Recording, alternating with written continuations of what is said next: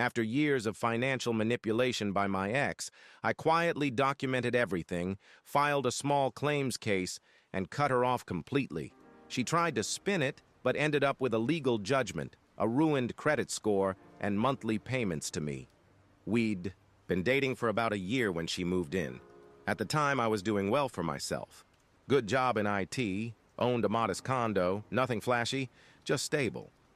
She was between leases, struggling after a job loss, and it made sense. She moved in with 2 duffel bags, a cat, and about $80 in her bank account. She cried when I gave her a key. Looking back, I think I mistook vulnerability for love. In the first few months, I covered everything: rent, utilities, and groceries. She was applying to jobs, doing some freelance here and there. I was okay with it. I'm not petty about money. When someone's struggling, and she always said the right things. I'll pay you back. I hate this. You're so patient with me. It felt like I was investing in a future we were building together. Except, we never really built anything. Once she got a job, finally, things didn't change much. She paid for her own clothes and makeup now, sure, but bills, rent, groceries, still mostly me. Her money went toward things like spa days, because work is stressful. Subscriptions she forgot to cancel, eating out with friends, never invited me.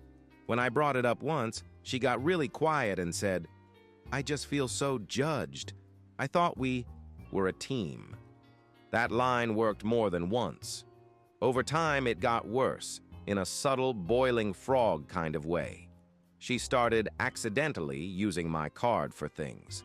A $40 Target run, $25 on DoorDash, a few Uber rides, because she left her wallet. Each one, individually, harmless. But over the course of a year, I pulled receipts and calculated, just shy of $9,700. I didn't tell her I'd tracked it, not yet. At one point, I stupidly co-signed her for a credit card to help build her credit. She said, "I'll never use it unless it's an emergency." That lasted 3 weeks. Clothes, shoes, hair appointments. She racked up nearly $3,000. When I confronted her, she said, "I thought we agreed you'd help me get back on track." No, we hadn't. And suddenly I was the one with late fees and calls from collections because she'd forgotten to pay. I paid it off to protect my score.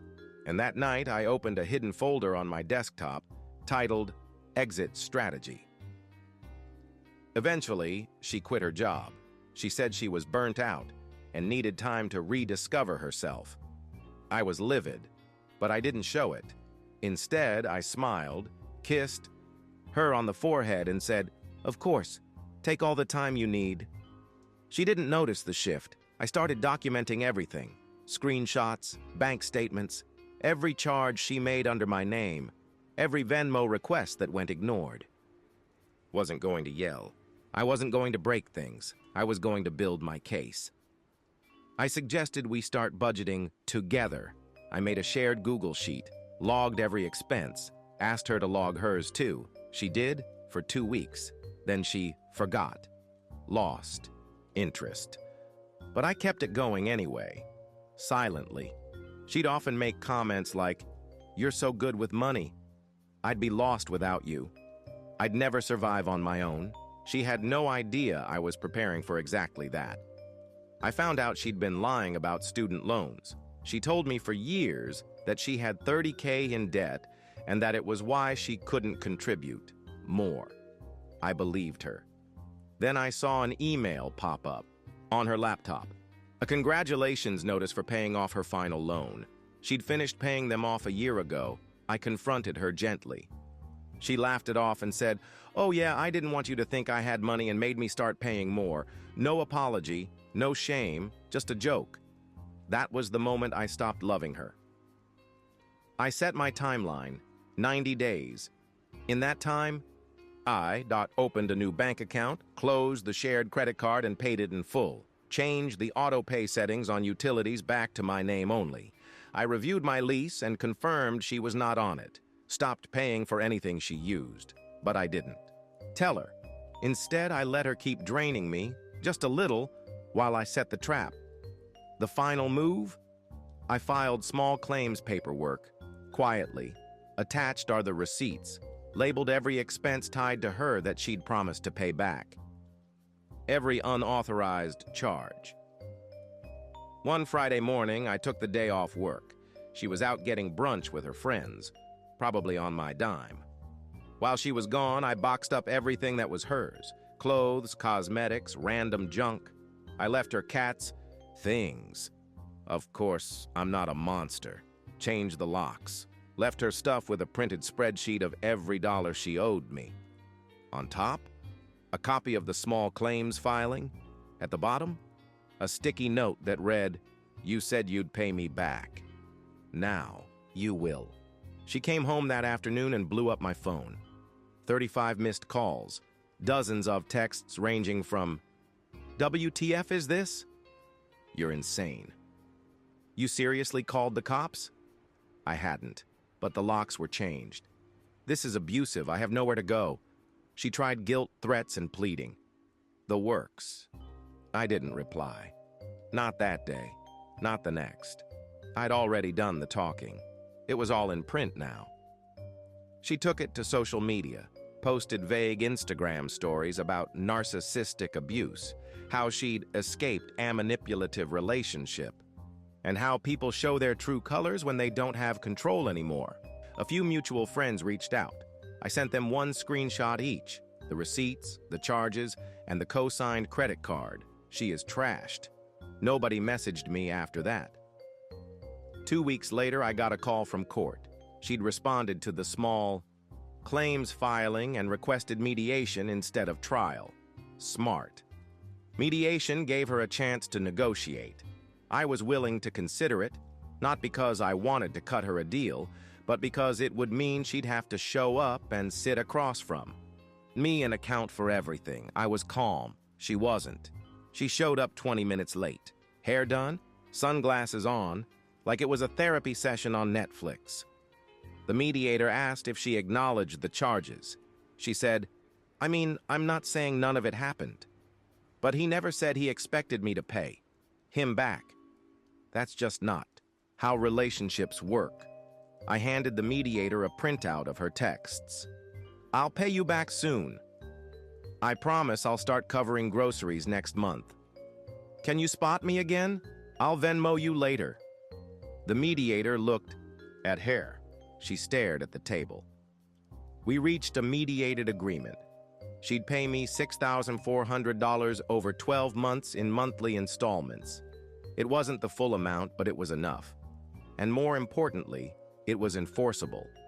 If she didn't pay, it would automatically convert to a formal judgment on her credit record. She signed with shaking hands. I thanked the mediator and walked out. I didn't look back. Chapter 16. The smear campaign, after mediation, she went full tilt on damage control. She told anyone who'd listen that I was obsessed with money, that I kicked her out with no warning, and that I ruined her credit out of spite. I ignored it. The people who mattered had already seen the truth. The rest could believe whatever, made them sleep at night. Month 1, no payment. I waited 3 business days, then emailed a reminder with the signed agreement attached. She replied, "Sorry, I've had a lot going on. Can we push to next month?" Nope. I forwarded it to the mediator. Within 10 days, the court issued the formal judgment. Now, it's on her record. She owes the full amount, interest included, plus court costs. The funny part? When she left, my expenses dropped 40% overnight. I started budgeting just for me, cooking for one. Grocery bills were cut in half. No mystery subscriptions draining $15 here, $25 there. I realized just how much of my life had been tailored to supporting someone who didn't care if I drowned. It was like learning how to breathe again. A month later, I moved. Same city, new building, nicer, quieter, mine. I didn't give her the address. I didn't take the old couch. I didn't bring anything she'd bought or touched. It felt petty at first, but once I sat on my new bed in my new space, it felt pure, a clean break. I didn't want echoes of her in my furniture. Out of nowhere, I got a message on Facebook. "Hi, I know this is strange, but I wanted to apologize on my daughter's behalf. I just found out what happened. I had no idea she'd been taking advantage of you like that. We'd met twice. She always seemed quiet, kind. I didn't respond, but I appreciated it. It was the closest thing to accountability I'd ever get from her side.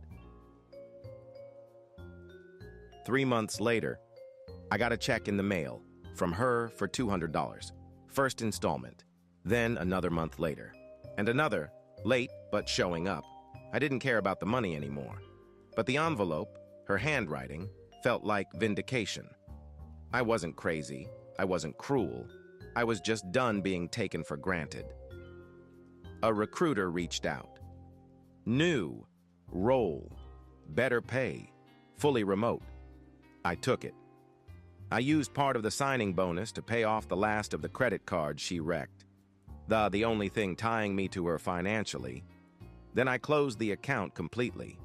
The statement read, balance, $0. I stared at that line for a long time. 6 months after the breakup, I saw her at a bar. She didn't see me. She was with friends, laughing. I felt nothing. That was the real win. I wrote a letter, just for me. It said, you used me. I let you. But I'm not mad anymore, because I walked away with self-respect, peace, and a future. You walked away with debt and denial. That's not revenge, that's math. I never sent it, just deleted the draft. I didn't need her to read it. I just needed to write it.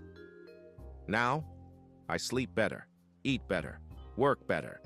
I have savings again, goals again.